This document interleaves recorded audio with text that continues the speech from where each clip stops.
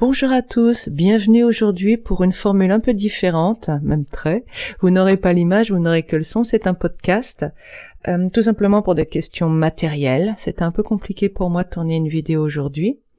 Donc je vous retrouve avec grand plaisir pour vous expliquer, à partir d'une croyance qui semble, oui, assez commune et assez anodine, à quel point elle peut totalement, mais je dis bien totalement, impacter votre vie et vous créer une vie de souffrance en fait. L'opposé de ce que vous souhaiteriez consciemment, mais le programme agit en arrière-plan et revient régulièrement devant, contrarier tous vos efforts pour avoir une vie belle, heureuse et épanouissante.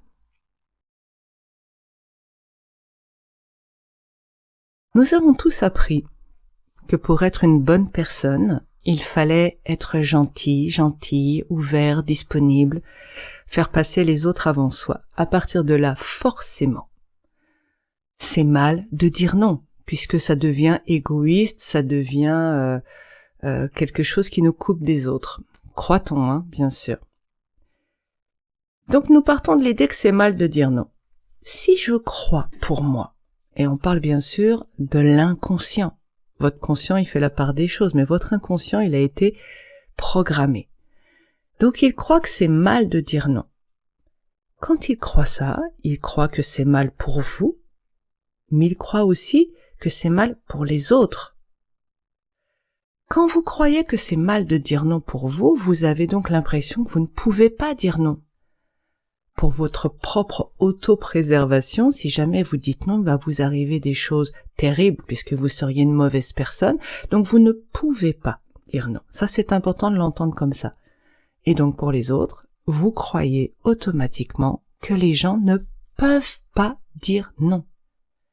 Évidemment, c'est à nuancer suivant votre propre ressenti, suivant votre culture, suivant votre éducation, etc. Mais il y a quand même ça derrière, plus ou moins.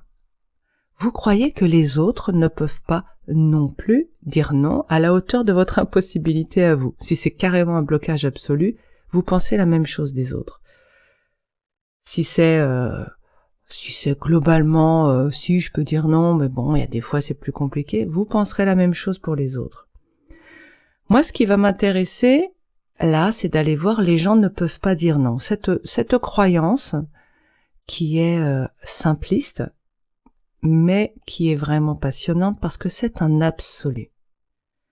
Quand je crois que les gens ne peuvent pas dire non, parce que moi je n'en suis pas capable par exemple, je vais donc croire que personne au monde ne peut dire non, dans quelque situation que ce soit, à quelque moment que ce soit et par rapport à quelque demande que ce soit. On est dans l'absolu. Eh ben ça veut dire quoi? Quand je crois ça, ça veut dire que je vais passer dans l'auto-limitation. C'est une croyance qui est totalement inhibitrice et vous allez voir pourquoi au fur et à mesure. Je vais passer dans l'auto-limitation. Pourquoi? Parce que si les gens ne peuvent pas me dire non, je vais donc pouvoir demander tout ce que je veux, prendre tout ce que je veux, c'est-à-dire que ce n'est plus l'autre qui peut me mettre des limites, mais moi. Je dois me mettre des limites pour éviter de devenir une mauvaise personne. Eh bien oui, pourquoi je serais une mauvaise personne? Parce que si je prends trop, je vais faire du mal à l'autre. Et nous avons appris que faire du mal aux autres, c'était mal, ce qui est encore une croyance. Ok. Donc, finalement, si je fais une demande aux autres, comme l'autre ne pourra pas me dire non, je deviens une mauvaise personne alors. Avec les multiples programmes que j'ai, oui. Ce qui veut dire que plusieurs choses. La première, quand je vais faire des demandes, ça va pas être sereinement, ça va pas être avec une totale tranquillité d'esprit, décontraction, fluidité, simplicité. Non. Je vais passer dans un état d'être négatif. Eh ben oui. Parce que, au moment où je fais ma demande, je deviens une mauvaise personne. Je deviens quelqu'un qui va obliger l'autre. Eh bien oui, puisqu'il peut pas me dire non, je ne lui laisse plus le choix. Je vais l'obliger. J'ai l'impression de forcer, de prendre, de soumettre. Donc, demander fait peur. À ce moment-là, la personne, donc, devient négative puisqu'elle est dans la peur. Et alors là, on a des comportements qui peuvent être des demandes qui sont agressives, qui sont faites sur un ton agressif, et ce qui n'a donc rien à voir avec la personne en face. C'est juste les croyances. Ou alors, on est dans une sorte de manipulation affective, ce qu'on appelle le gna-gna coin-coin. « Oh, tu voudrais, s'il te plaît, moi je voudrais pas abuser, mais gna-gna coin-coin. » Je crois que c'est assez parlant sur ce type de comportement. On va en faire des tonnes. Ce qui est vraiment fondamental, là, à comprendre, c'est que, puisque je crois que je suis une mauvaise personne quand je fais des demandes, quand je suis sur le mode demande, je vais essayer de redevenir une bonne personne. Eh bien oui, puisque c'est mal ce que je suis en train de faire. Alors il y a une part de moi, il y a un programme qui m'amène à être dans la négativité, à me dire que c'est mal, et il y a un programme qui me dit il faut absolument que tu sois une bonne personne. Comment je vais faire ça? Je vais faire ça énergétiquement, c'est-à-dire que je vais essayer de redevenir gentille, autrement dit, ouverte, c'est-à-dire mettre un canal d'emprise, accepter le canal avec l'autre. Sans cette croyance, quand je fais une demande, je demande, est-ce que tu peux me passer le sel? Ok. Non, il est trop loin de moi. Bon, je vais me lever. Il n'y a pas de canal. Alors que quand je suis dans, excuse-moi, non, vraiment, je voudrais pas abuser. Non, je sais que c'est compliqué pour toi, mais bon, je peux pas faire autrement. Vous voyez, tout ce comportement de justification, on est dans de la défensive. Est-ce que tu peux... Bon, je voudrais pas abuser. Tu peux me passer le sel, s'il te plaît? Ça te dérange pas? En même temps que je fais ça, j'ouvre le canal à l'autre et sa négativité va venir s'engouffrer, ainsi que la mienne. Ça va être le mariage de la négativité dans la joie et je récupère davantage de négativité. C'est pour ça que je me sens mal après. Ce genre de comportement. Et l'autre aussi, il est pas content. Inconsciemment, énergétiquement, il sent qu'il y a quelque chose qui était pas cool là qui vient de se passer. Ok. Maintenant, si j'en reviens sur la base, parce que vous allez halluciner. Quand je crois que les gens ne peuvent pas dire non, on a vu que ça faisait en fait de moi une mauvaise personne si je fais une demande. Puisque j'oblige les gens, je les force. Donc dans ce cas-là, demander c'est mal. Et si c'est mal, si vous êtes une mauvaise personne, à quoi vous vous attendez? Sachant que vous êtes construit sur bien égale récompensé, mal égale puni. Vous vous attendez à quoi? Vous vous attendez forcément à être puni. Et quand on est puni, est-ce qu'on reçoit quelque chose? Évidemment non, puisqu'on est puni. Non seulement on reçoit pas, mais en plus on peut être privé. Et il y a encore une troisième chose évidente, c'est que si je reçois, mais je reçois de la négativité. Quand papa et maman, quand j'étais petite et qu'ils étaient en colère, je recevais leur négativité et je n'arrivais pas à m'en protéger. Évidemment. Puisque j'avais un canal grand ouvert pour pouvoir recevoir leur énergie d'amour.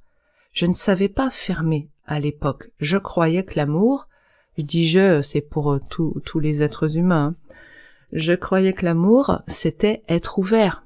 Alors à tempérer, évidemment, par rapport aux vieilles âmes, jeunes âmes, et à votre vécu personnel. Mais il y a quand même ça derrière, dans notre culture.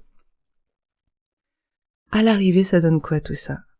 Ça donne que quand je crois que je fais une demande, je suis certaine que je ne vais pas recevoir, Puisque c'est mal, je ne mérite pas de recevoir. Ceci peut expliquer bien des choses sur la difficulté à recevoir, vous ne croyez pas? Évidemment. Donc, ça donne quoi? Que je n'ose plus faire de demande. Donc, je suis dans l'inhibition, l'autolimitation. Je suis dans une forme d'isolement que je m'impose par mes croyances. C'est moi qui m'isole, c'est moi qui me sépare des autres. Ce qui crée évidemment de la tristesse. J'ai l'impression d'être rejetée par les autres, alors que c'est moi qui m'isole, je le répète. Et donc, comme j'ai l'impression d'être rejetée, qui est-ce qui est rejeté, les bons ou les mauvais? Pas les mauvaises personnes. Dans notre culture, mal égale puni. Si je suis punie, c'est que je suis une mauvaise personne. Ok. Et la vie devient un enfer dans lequel je n'ai pas le droit de recevoir. Ok, on continue. Déjà, c'est intéressant, non? Alors, la deuxième chose, dans qu'est-ce que ça implique? Un défaitisme, des scénarios négatifs, un pessimisme, constant quant aux résultats de mes actions, résultats de mes demandes, c'est-à-dire ce qui implique l'autre, puisque c'est eux qui ne peuvent pas dire non, et à eux que je ne peux pas faire de demande sans être un être mauvais. Donc rien ne fonctionne. Je suis persuadée que ça ne sert à rien. Et je vis dans une sorte de marasme affectif. Je peux pas compter sur les autres, de toute façon.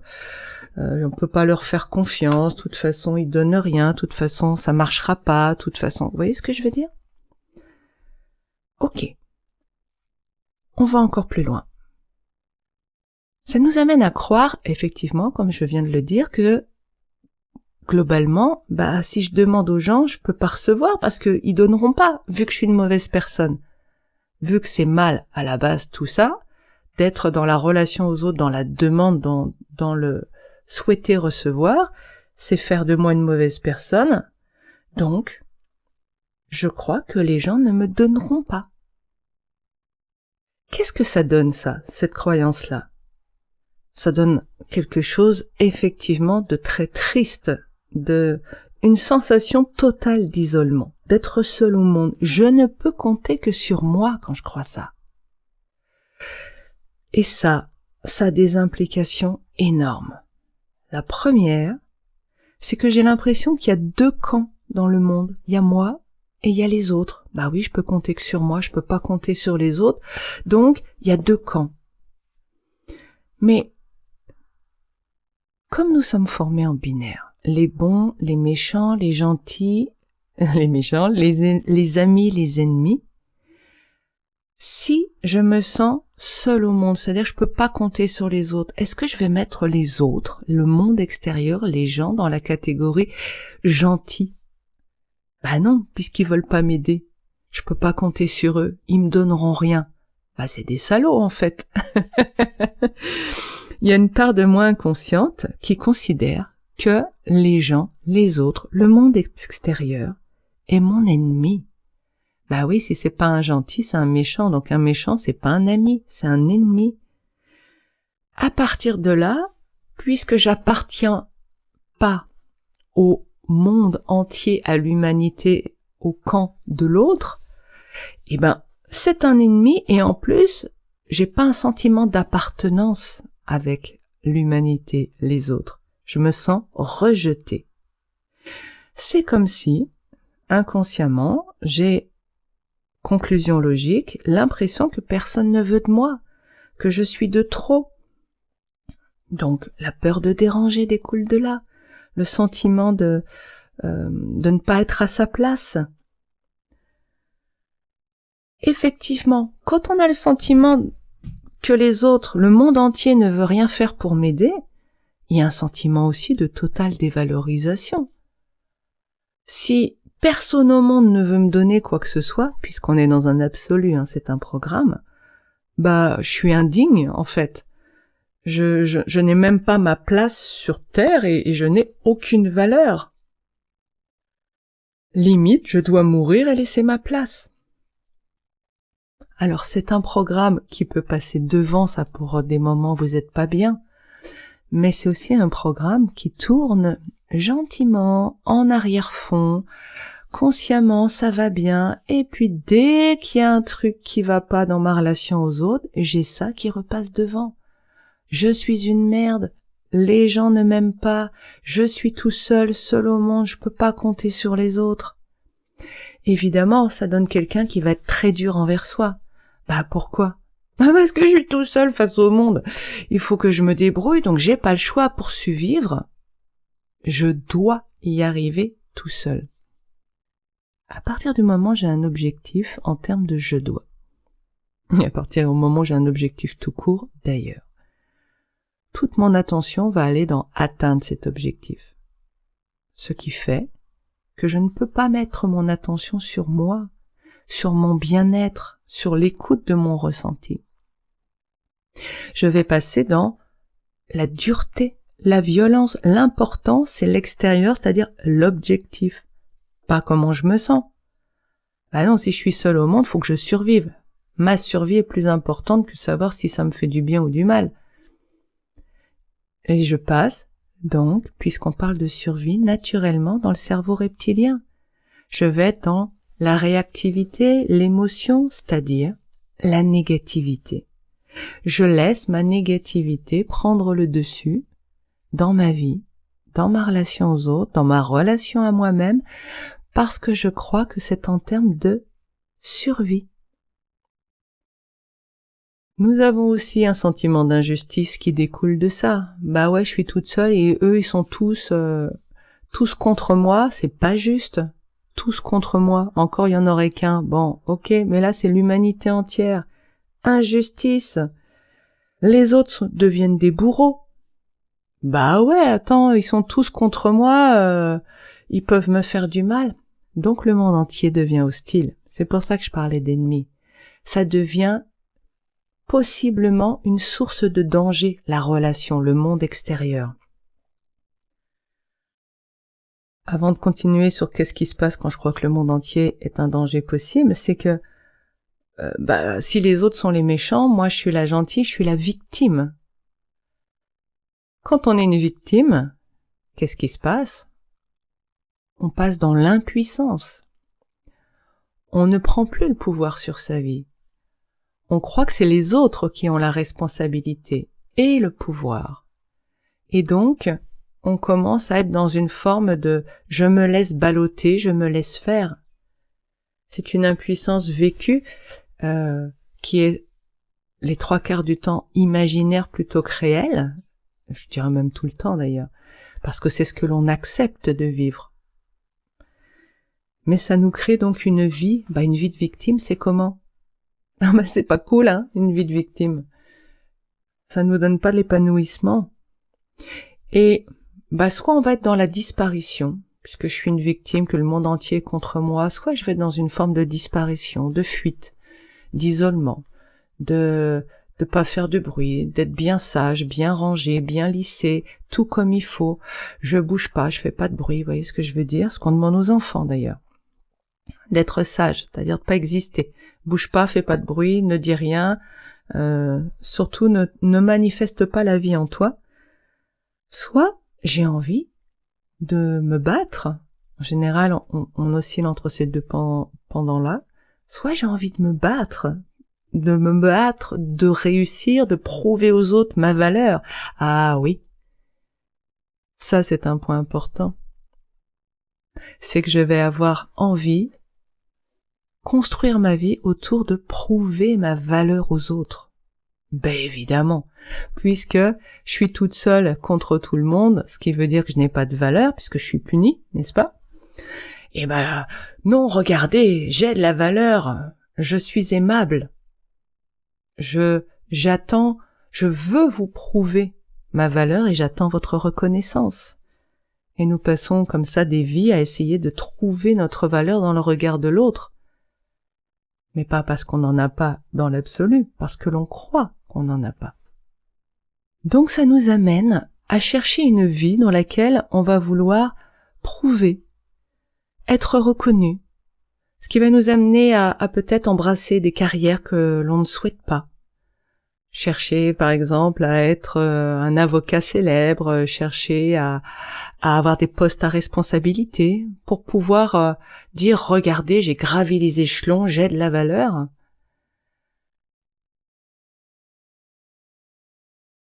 On va se forcer à faire passer l'extérieur avant soi, c'est-à-dire le regard des autres, ce qui est jugé comme avoir de la valeur, mais au regard des autres. On s'oublie. Si j'avais pas cette croyance, comment je vivrais? Connecté à moi, en me regardant, en m'occupant de moi, en voyant qu'est-ce qui est bon pour moi. Valeur ou pas, je m'en fous. Je fais ce qui me plaît, ce qui est juste, ce qui me réjouit. Et oui, la joie rentre dans la vie quand on lâche cette croyance, mais par contre, la peur a pris toute la place quand on croit que les autres ne peuvent pas nous dire non. Ça nous met aussi un grand sentiment d'insécurité, hein.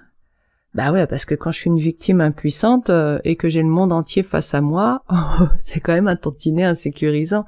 D'où cette anxiété latente qui se réveille aussi plus ou moins dès qu'il y a un événement traumatisant, quand quelqu'un est pas content, ou c'est super dangereux, il a toute l'humanité derrière lui. Mon Dieu, mais qu'est-ce qui va m'arriver? Donc, pas de conflit. Eh bien non. Je peux plus aller vers le conflit, je peux plus dire non, je peux plus mettre de limites. Évidemment. Qu'est-ce que ça m'amène aussi? Encore un point qui est assez surprenant, c'est que, comme je dois tout faire par moi-même, je suis seule au masculin ou seule au féminin, je suis seule au monde. Je n'ai que mes propres moyens pour survivre. Eh bien, la peur du manque arrive au galop.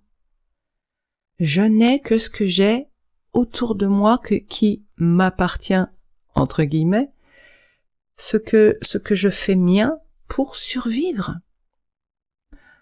Et quand je crois que toute l'humanité est potentiellement méchante avec moi, dangereuse, et que c'est juste moi contre le reste du monde, bah évidemment, je vais faire des réserves.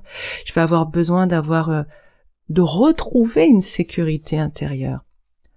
Puisqu'on a vu tout à l'heure que ça me met dans l'insécurité, ce sentiment-là. Donc, je vais faire des réserves d'argent, je vais accumuler les choses matérielles autour de moi, je vais essayer si j'arrive à avoir des amis, généralement qui ne savent pas dire non, donc, je vais des gens très gentils, je vais m'accrocher à eux désespérément. Chaque relation va être une relation de survie, c'est-à-dire que au lieu de demander sereinement à ces gens-là, si j'ai pas la croyance, passe-moi le sel, voilà. Mais ça va être autolimitation de vos demandes par rapport à vos amis, mais ça va être aussi derrière énergétiquement, si vous osez demander enfin quelque chose, parce que vous attendez le dernier moment, vous attendez être à l'article de la mort ou d'être dans un besoin que vraiment vous n'arrivez pas à satisfaire tout seul. Donc vous attendez, et comme toute chose, comme toute soupière qu'on met au bouilloire, que l'on met à bouillir, à chauffer, et à un moment donné, la pression est telle que ça explose. Et en fait, vous n'explosez pas sur l'autre, c'est que vos demandes explosent sur l'autre. C'est-à-dire que à ce moment-là, énergétiquement, l'autre va sentir un flot, une emprise, quelque chose de très fort, une demande très forte chez vous, qui va l'amener, et ça c'est quand même le plus drôle dans l'histoire, qui va l'amener à refuser. Parce que ça va être trop pour lui. Et peut-être vous allez entendre des gens vous dire « Écoute, ça me ferait plaisir par rapport à ta demande, mais là je sens que c'est trop pour moi. » Mais en fait, c'est pas forcément, d'ailleurs c'est jamais ce que vous demandez concrètement. En réalité, enfin, très très rarement. C'est, à moins que vous demandiez 1 million aux autres, mais c'est quand même assez rare. Mais en fait, c'est pas tant le service que vous demandez, c'est l'état d'être dans lequel vous êtes quand vous demandez. Comme d'habitude, l'état d'être, c'est lui qui influence le résultat. L'état d'être est ce que l'on croit, pas ce que l'on dit, pas sa demande en soi. Et c'est pour cela donc que les gens qui ont peur du fait que les autres ne peuvent pas dire non, c'est-à-dire qu'ils croient comme eux qu'ils ont du mal à dire non, que les autres seront dans le même cas, donc que c'est mal de faire des demandes, c'est pour ça qu'ils ont souvent des refus et que les gens n'apprécient pas de les aider parce que c'est too much, c'est tout le temps too much. Ils retiennent jusqu'au dernier moment et là c'est au secours, tu n'as plus le choix. Et donc ils se retrouvent à vivre ce qu'ils ne veulent pas vivre, c'est-à-dire obliger l'autre. Ils se croient au départ, c'est tout début de cette croyance, que c'est mal d'obliger l'autre, et ils se retrouvent à obliger l'autre, ce que l'autre refuse, et alors celui qui a fait la demande, 1, il était dans une situation critique, 2, il ne reçoit pas d'aide, 3, il entend qu'il est puni, et bonjour le cercle vicieux, le début de l'enfer. Ça veut dire aussi que si j'ai vraiment absolument besoin de quelque chose, si ça commence à être vital, eh bien là on va passer à des stratégies plus dures. C'est-à-dire que quand je fais une demande et que passe-moi le sel, bon l'autre le passe pas, je le fais à sa place, c'est pas un problème. Mais quand je n'ose pas demander de l'eau par exemple, alors que j'ai un médicament à prendre qui est vital pour moi, et le moment où je vais demander donc, en fait, ça devient vital pour moi. C'est comme si je n'avais plus le choix d'être une bonne personne. Donc, je vais passer à la stratégie numéro 2 qui est, ça n'est plus une demande, c'est une exigence. Cette exigence, on est dans les mécanismes d'acquisition de l'énergie de James Redfield, là. On est sur comment je fais pour obtenir que l'autre me donne. Ça peut rester encore zen, la sympathie, la gentille, mais donc c'est l'ouverture du canal aux autres. Je te laisse me pomper, je te laisse ta négativité entrer, mais en échange, j'obtiens ce que je veux de toi. Ça peut être la victime pleurnicharde et souffrante, j'essaie de te faire pitié, j'essaie de t'amener à donner. Et ça peut être la colère et la force. La menace. Oui, le chantage affectif, oui, quand même, j'étais là pour toi tu me donnes rien, là j'ai besoin de toi, t'es pas là. On est dans un comportement qui est logique du point de vue du besoin de la personne qui n'a pas osé l'exprimer avant. Un autre point, et on approche vraiment de la fin, c'est que quand on croit que l'humanité est contre soi, qu'on est dans 2 camps différents, évidemment qu'on veut pas échanger avec eux. On bloque, l'énergie ne circule pas. On rejette les salauds qui ne veulent pas m'aider, qui ne veulent pas être avec moi, ce qui apporte l'isolement. Et puis, on va punir les autres. Bah ouais, sont des salauds. Chaque fois qu'il y aura quelque chose que je n'apprécierai pas chez eux, hop, le programme se met en marche, je vais les punir. Et comment je les punis? Colère, mépris, rejet.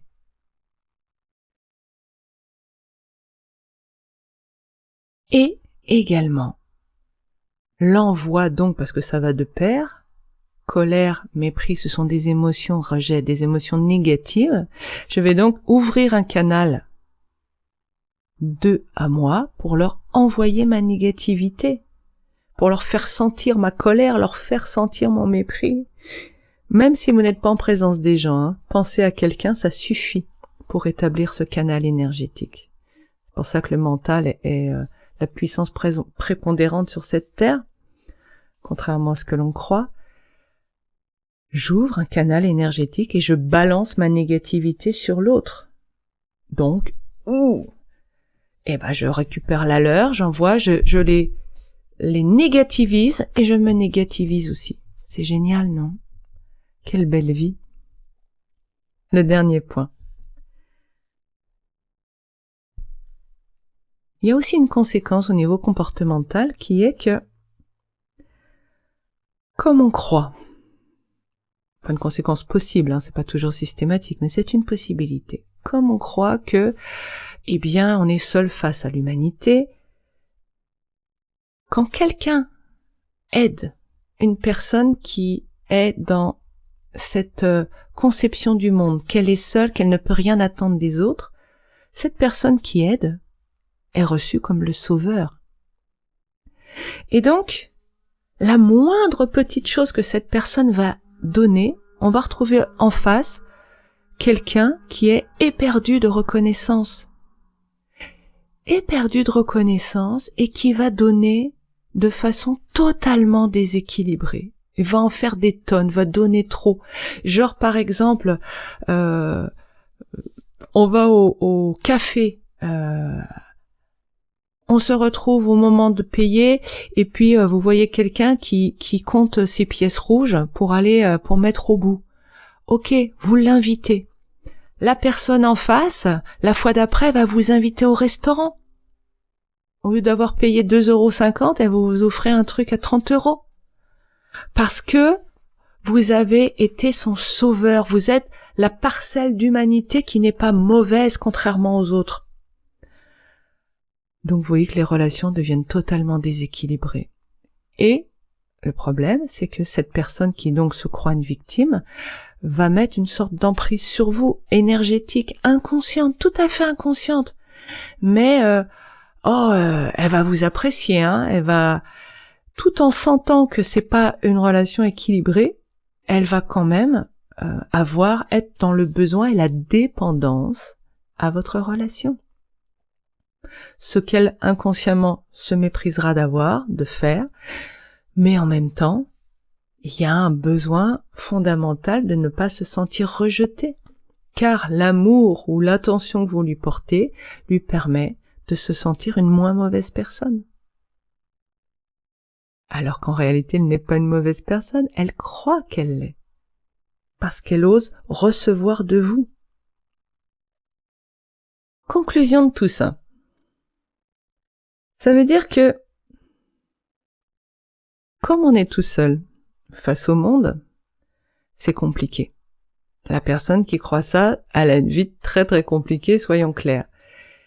Et en plus, la dernière chose, le dernier point, je sais, j'ai dit avant-dernier point, mais vous me connaissez, il y a toujours un dernier point après le dernier point, c'est qu'en fait, comme on ne peut compter que sur soi, si l'autre me demande quelque chose, comment je vis ça? De façon compliquée. Il y a une part de moi qui veut être une bonne personne en donnant, et il y a une part de moi qui est terrorisée. Parce que, oui, déjà, j'ai que mes ressources à moi face à l'humanité pour survivre, et en plus, on me demande de donner. Le salaud qui fait partie de l'humanité, qui ne me donne rien, me demande de donner. Oh, mais mon Dieu, mais comment je vais faire? Peur du manque, peur de l'avenir, peur de perdre. En fait, donner ne devient plus une joie, mais devient une peur. Ça veut dire que finalement, les gens qui viennent à moi, je m'attends à ce qu'ils prennent quelque chose. Parce que je n'ai pas le droit de dire non, pour pas être une mauvaise personne. Ça veut dire, ce sont des salauds, à la base, puisqu'ils sont contre moi, ils sont dans le camp opposé. Alors si en plus, sont déjà des salauds, des méchants, et s'ils viennent à moi, en général quoi? Moi, quand je dis moi, la personne qui a cette croyance de je suis seule au monde contre les autres, quand elle rentre en relation, on a vu que c'était au dernier moment pour prendre, en fait, parce qu'elle ne s'autorise pas à demander avant d'être dans la difficulté ou dans la survie. Donc, naturellement, puisqu'elle fonctionne comme ça, nous croyons que l'autre va fonctionner comme ça. Donc les gens qui viennent vers cette personne, elle croit que c'est pour lui prendre des choses. Vous imaginez la vie que ça donne, le rejet des relations, la peur de l'autre. Les gens viennent à vous, vous croyez c'est pour vous utiliser, pour prendre, pour vous manipuler. Chose que vous faites à votre insu quand vous avez vraiment un besoin. Donc les gens sont des menteurs, vous pouvez pas leur faire confiance. Et il peut y avoir un total désaccord entre votre conscient qui lui est ouvert aux autres, plein d'amour, de bienveillance, et votre inconscient qui lui est dans la terreur de l'autre, de la relation, qui considère que la relation fait du mal et qu'il vaut mieux vivre chacun de son côté puisque personne ne veut de vous. Tout ça parce que vous croyez que les gens ne peuvent pas dire non comme vous, que c'est mal de dire non. Alors on ira voir ça peut-être une autre fois, mais on va aller encore plus loin dans les croyances piliers, parce que ces choses apparaissent un peu plus clairement chaque jour et que donc je voudrais vous les partager. Voilà. Ce qui m'intéresserait, si vous êtes OK, c'est de me partager si vous avez reconnu des comportements chez vous, si ça vous a touché, si ça vous parle par moment. L'idée, c'est toujours de prendre conscience de fonctionnement totalement inconscient.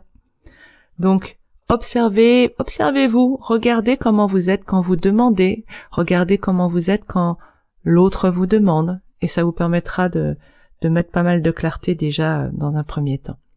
N'hésitez pas à laisser des commentaires, je vous souhaite une très belle semaine, et je vous dis à la semaine prochaine. Au revoir.